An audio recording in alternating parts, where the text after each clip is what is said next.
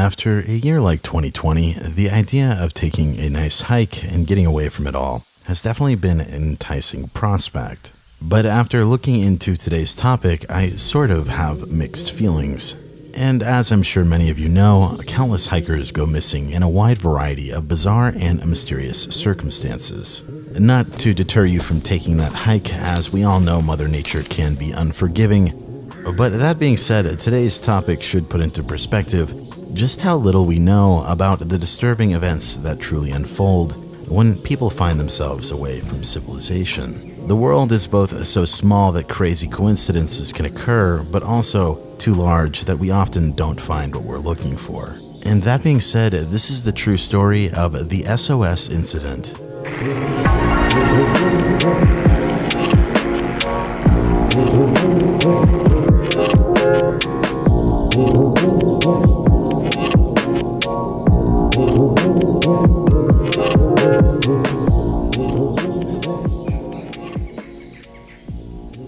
On July 24th, 1989, two men had gone missing from Daisetsuan National Park in Japan. And shortly after, the search had begun, spanning the area surrounding Mount Asaidake, and a helicopter had begun searching throughout the day. As the day had come to a close, out of the corner of their eye, the rescue crew had noticed something down below. If it wasn't apparent from the footage already, there was an SOS signal that was visible from the sky, measuring in at 18 meters in length and 5 meters tall, made out of various precisely cut birch trees. This sign was found about 4 kilometers south of the summit of Mount Asaidake, where there was no trail and people rarely ever veered towards that location.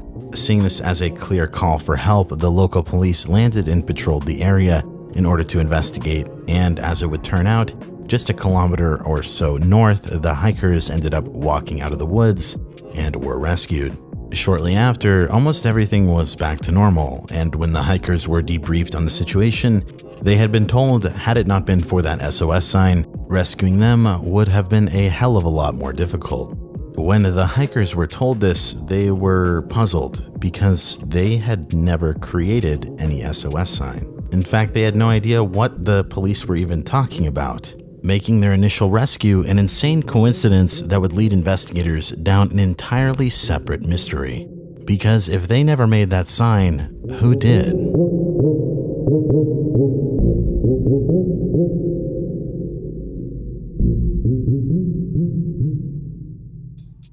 The next day, police dispatched a second search.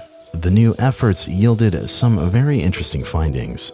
For one, the most notable finding was an entirely separate human pile of bones, and this human skeleton was found 10 to 30 meters around the area of where the SOS sign was. To note some of the condition of the bones there, some of them had gnaw marks on them, likely due to wild animals in the area, and some of the bones were broken as well, indicating that whoever this was may have undergone some major injury. However, this wasn't the only thing found in the second search. And about 165 feet north of the sign, buried in a hole just large enough to fit a single human, under some tree roots, a backpack was found containing 3 cassette tapes, a Sony tape recorder, as well as some basic toiletries and other supplies. After some time, the bones were collected and then later sent to the Ashikawa Medical University, who later declared that the bones belonged to a woman with a blood type of O. This left the investigation even more puzzled, as they soon recognized that none of the items found in that hole under the tree roots had seemed to correspond with anything belonging to a woman. And to convolute things even further, out of the things that were found on the tapes for the Sony cassette player, 2 of them were soundtracks for anime, and the other one had been recorded over, leaving a disturbing message with a man's voice on it.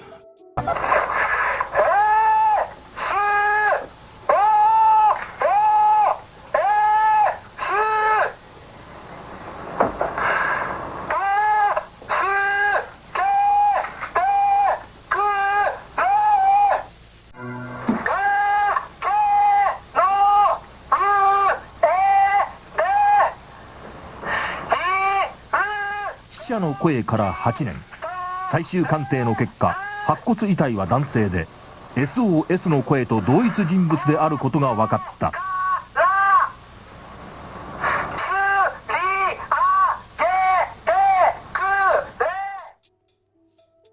Now, what's apparent here is that this person is calling for help, and the literal translation reads, "I can't move, I'm on the cliff, SOS, help me.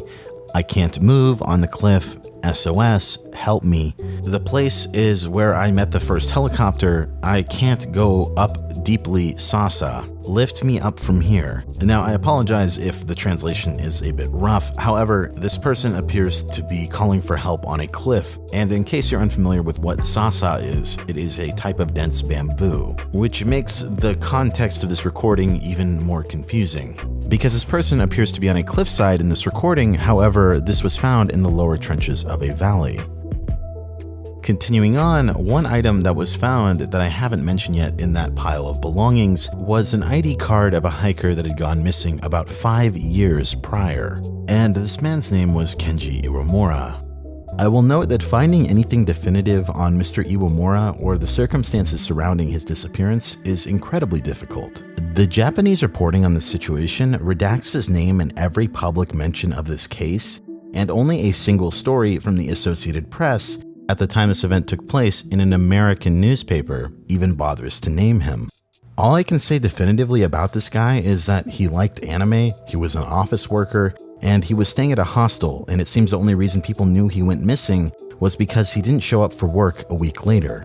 As a result of this man's name being redacted, there's so many different versions of this story and the victim that it becomes borderline frustrating. Some sites on this case will mention that he had become an outdoorsy type in his last months. Other tabloid websites will mention that he wasn't the type of person to go for a hike alone. And even other tellings of the story mentioned that the man was celebrating a promotion at work and decided to treat himself to a trip up the mountain. But ultimately, if you dig back in newspaper archives, you will get one disturbing detail that is left out everywhere else and only told in the American side of reporting. The Associated Press had reported at the time this occurred that when they had reached out to the family of Iwamura, they confirmed that the backpack was in fact his. But get this, they were not so sure about who the person on the recording was, and they could not say that that was their son.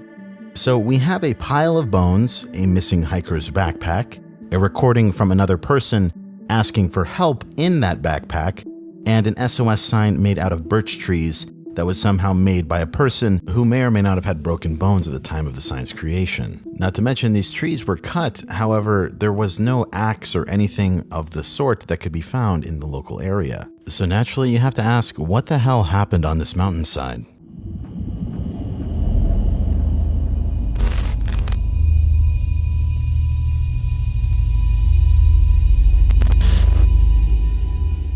Well, after some time, only a few of those questions can really be answered.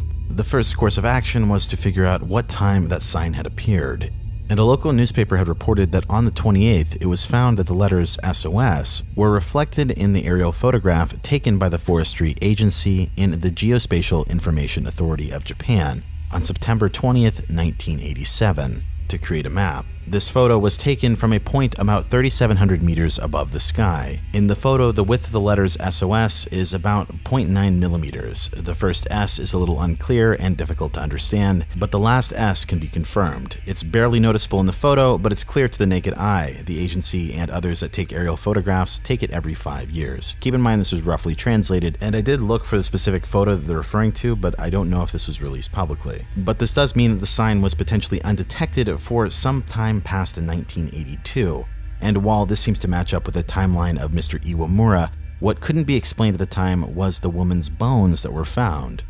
As a result, the remains were reassessed by the Ashikawa Medical University, and they had later come out and stated that they had made a mistake, and the bones instead belonged to a male with a blood type of A. This was enough for investigators to deduce that this was Mr. Iwamura, and with no deliberate signs of foul play, the case was closed. However, that's not to say that all of our questions could be fully answered. And to say that we're missing a few details regarding the situation is a bit of an understatement. So let me start to break down what law enforcement believed happened, and you'll start to fully understand how none of it makes sense. Here is a map of the hiking area and the mountain, and it's believed that he hiked up from the ropeway along the ridgeline. This hike isn't very long or particularly advanced by any means. Now, the only thing you really have to pay attention to on this hike are the two landmarks that let you know when you cross over this ridgeline. That main landmark is the safe rock, which looks like this. However, there is another rock along this ridge that looks deceptively similar, and that is the fake safe rock, to which two hikers from the beginning of the story made the same mistake and landed themselves a couple kilometers north of the SOS sign. As a result of this incident, they ended up putting up ropes to prevent this from happening, but back in the 80s they didn't have this. However, our guy is believed to have taken the wrong safe rock as well and trekked along the hill haphazardly until he wandered sometime down into the marsh. And based on my look on the Japanese discussions on this topic, many people are quick to point out that had he simply followed the river and walked along the edges, he was only about 9 or so miles away from civilization. The terrain definitely wasn't the easiest, and it's definitely someplace that people can get lost. However, the fact that he decided to dedicate his time and energy to cutting down trees is another mystery, especially when you factor the geography here really only gave him one direction that he could head, and that was downhill. But I digress, and now that you sort of have a lay of the land, we can start to get into the nitty-gritty in regards to the rest of the bizarre details of this case.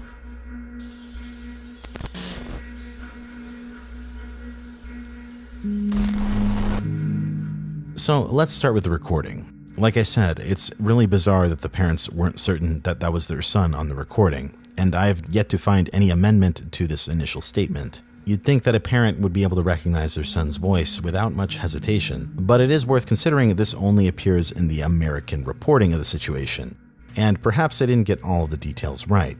In this initial article, it appears they didn't even get his age right. However, I will note it is actually quite common for initial reports on subject matter to get the age wrong, because everyone is rushing to get the story out. But your guess is good as mine regarding the other details. And something to consider is if Iwamura wasn't on this recording, is it possible that he met someone on the way up to the mountain? And to tell you the truth, the evidence doesn't point to Iwamura making this sign by himself. In fact, the person who did the autopsy on this case stated that he wasn't even physically capable of doing it solo. Now, you might be thinking, well, aren't birch trees super flimsy? And not exactly. I selected this video to show you because this tree has roughly the same diameter as many of the other trees that were found there.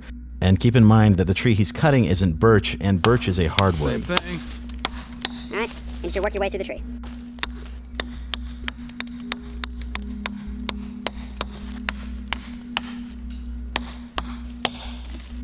And I already mentioned this, but he never brought an axe with him or a knife, so it wasn't even fully clear how 19 birch trees were chopped and moved 100 meters into the clearing. Moreover, the skeleton was found fractured on the left shoulder and right leg. If we are going to argue that he made the SOS signal, we sort of have to make the argument that he got these injuries after animals got to him. And even if he somehow managed to do this while injured, where did the axe come from, what happened to it, and why wasn't it found with his belongings? I will note no other records show he was with anyone during any of his travels, and no other reported persons went missing in the park during this time.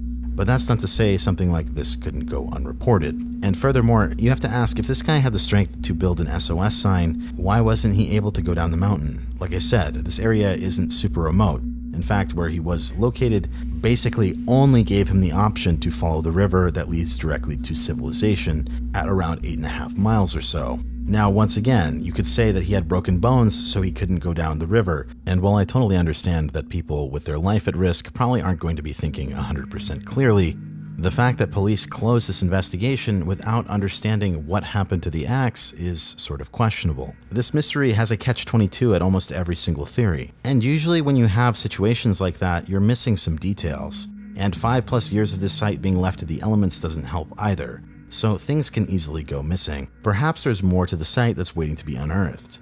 Getting back to the recording, however, many people have theorized that the man may have used the cassette player as a way of calling for help if he was out of breath and lost his voice. After all, the battery would outlast you yelling. However, one thing that some of the people on the Japanese side of discussion have pointed out is that there's almost no background noise on the recording.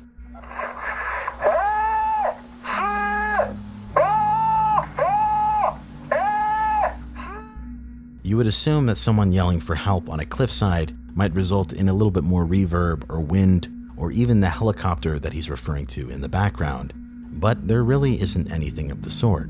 Speaking of that helicopter mentioned in the recording, it does appear that police searched for Iwamura, and as far as the recording also mentioning Sasa, that can be found growing sideways along the improper trail with the fake rock. But just like everything else with this case, we're not 100% certain this is what's being referred to in the recording. Sasa can be found in a variety of locations throughout the park, and perhaps this helicopter being referred to on the mysterious message wasn't even the particular search helicopter searching for Iwamura and just another passerby. I can imagine that if you were stranded out in the middle of nowhere and you saw a helicopter, you'd probably have proper bias to think that that was coming to look for you. So once again, it's hard to be sure. What I can say for certain about this topic is that it really leaves a lot of room for interpretation, and I'd love to know what you guys have to say down in the comments. Personally, I think the biggest gap in the story is the missing tool used to cut down the trees. And given how police rushed to close this case in a week, definitely seems like some details are missing. When it comes to the great outdoors, if there's something I've learned, is that only Mother Nature knows the full extent of what goes on. This is Barely Sociable. Have a good night.